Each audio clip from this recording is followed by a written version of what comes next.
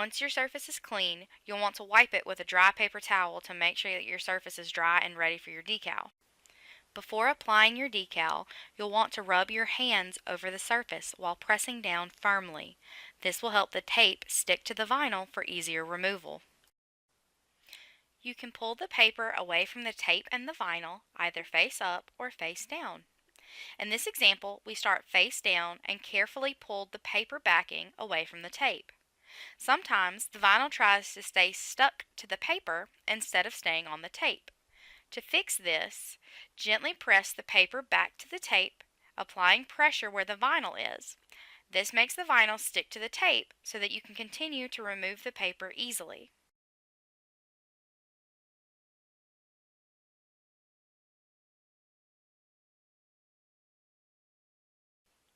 Once the paper is gone, line the decal up where you want it to go on the car. Then you'll want to press down the top of the tape to the car, making sure there are no wrinkles. Then lay your palm flat at the top of the tape and move down the decal, pressing firmly as you go. Then you'll want to rub the decal to help the vinyl bond to the surface of the vehicle. Finally, pull the tape away from the decal at an angle. Make sure to pull slowly so that if the vinyl tries to pull away from the surface, you can press it back down before continuing. Mistakes happen. As you can see, I missed a letter when removing the decal from the paper. To fix this, I took my tape and restuck it to the letter.